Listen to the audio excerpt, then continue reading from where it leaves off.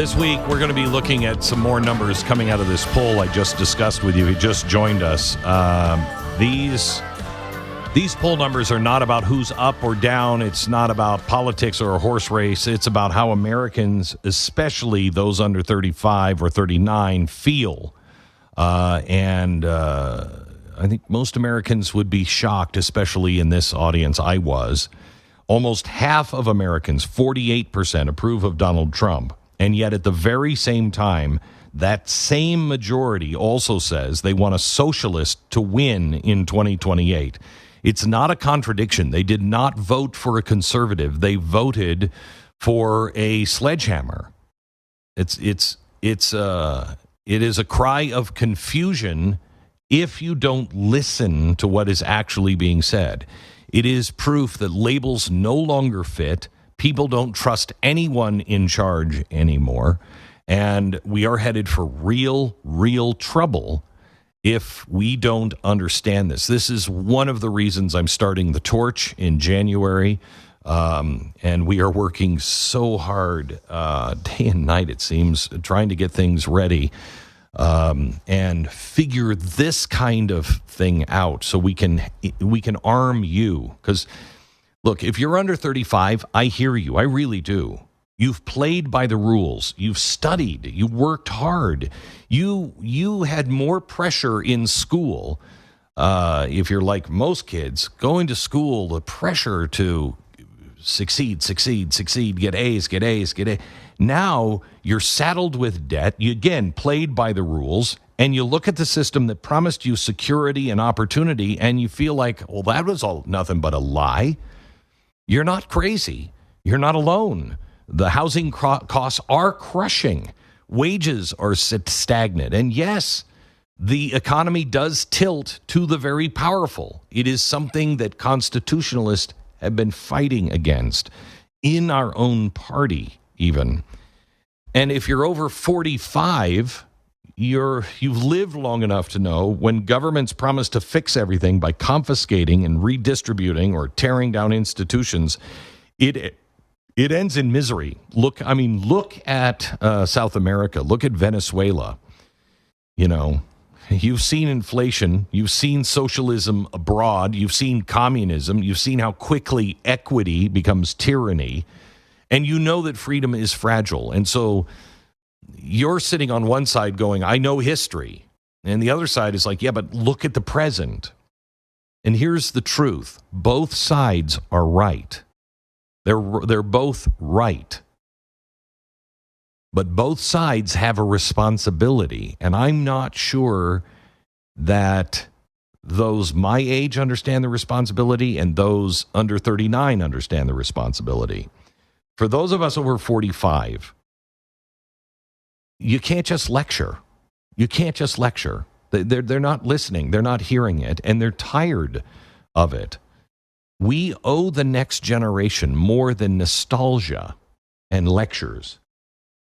We owe them mentorship. We owe them proof that ownership and opportunity is still possible in America. And that means that those of us who have the opportunity, we need to build businesses that hire. We need to teach skills that matter. We need to open doors instead of closing them. And it means being humble enough to admit where the system failed and bold enough to fix it without burning it down.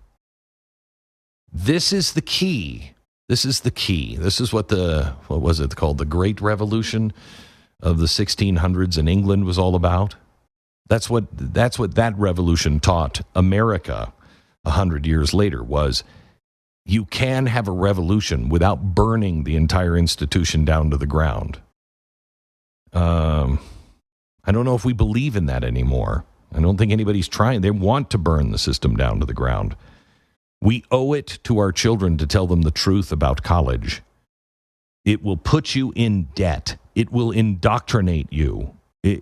And most likely in the 4 years that it's going to take you to learn whatever it is you're learning to prepare for a job, that job is probably going to be gone or so radically transformed that your education isn't going to matter in 4 years. If you're going to learn how to think, that's one thing. But that's not what colleges and universities teach anymore. And quite honestly, employers see diplomas from Yale and Harvard or elite institutions as proof that they don't want to hire you because you are privileged. You have lived a privileged life. You only understand privileged and I need my safe space now. And they're not hiring you. They're just not hiring you. We have to help our children see the value in independent thought, in independent study, in the value of jobs like plumbers and welders and electricians and trade jobs. That's for everybody over 45. Everybody under that, I want you to know you carry more power than you know. But power without wisdom is extraordinarily dangerous, and no one has passed on wisdom to your generation. Nobody. You're under 30. Who's passed wisdom on to you? How are you even getting that? Power without wisdom is deadly. Power without wisdom means you have power without history. None of the lessons of history. You have slogans. You have dates and names and places that you memorized, and you've probably forgot them, and they're slogans. You have to demand reform, yes, but you also must have the responsibility, and this must be paramount, that you never surrender freedom for comfort, ever. Don't trade away your birthright of self-government for the false promise of a global overseer or quick redistribution, because it doesn't work. And in the end, all that will matter is that you govern yourself. You cannot lose that, because once that's taken away, that's not empowerment. They'll tell you that's empowerment now, but it's not. It's servitude. So this week, I'm going to be talking a lot about this, but just on the poll results that we showed you a minute ago, on housing, we have to unleash zoning reform. We have to cut the red tape. Families need to be able to buy a home. That's freedom in practice. Cut the red tape. Allow people to build homes in places where they want to live. Ownership. Instead of punishing wealth, let's expand small business lending and tax incentives for entrepreneurs under 35. That will build equity without confiscation. Incentivize them to start their own businesses. They get their own business. They have been doing stuff online almost from birth at this point. They understand how a small business could work. I don't know if they've ever put the two and two together yet, but they've already built things. Both sides. We need to learn and teach civics. We need to relearn the Constitution, not as a relic, but as a manual for living. This can't be some dusty article that you're like, what is that again? We the people, what? Doesn't really matter. It does. This is why we are building the torch. All of these things are why we're building the torch, but especially this. We have to reconnect with our inheritance, or we don't make it. We have a responsibility to understand community, to mentor somebody younger. Now, I know this is hard. I have to tell you, I have offered mentorship to so many people. So many people. I will see them and I'll say, anything I can teach you, you just come and see me. I will mentor you, whatever you need. They don't take me up on it. I don't think, except for maybe Stu, maybe Jason, another one. There's a couple of them that have. But really, nobody has really challenged me and said, okay, Glenn, I need an hour. Can you sit down with me for an hour? Yeah, I have a responsibility to do that. If you're serious about learning, yes, I'll do that.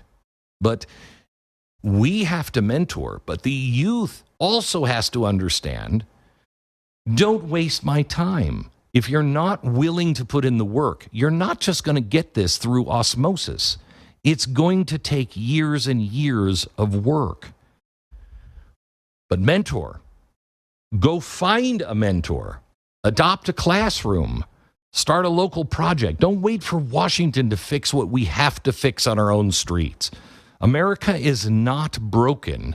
It is unfinished. It is forever unfinished. Each generation is called upon to add another layer of paint or another chapter. Those over 45 have to hand wisdom with humility. Those under 35 have to accept that torch, not to burn the house down, but to light the way forward. Because freedom itself is the noble purpose.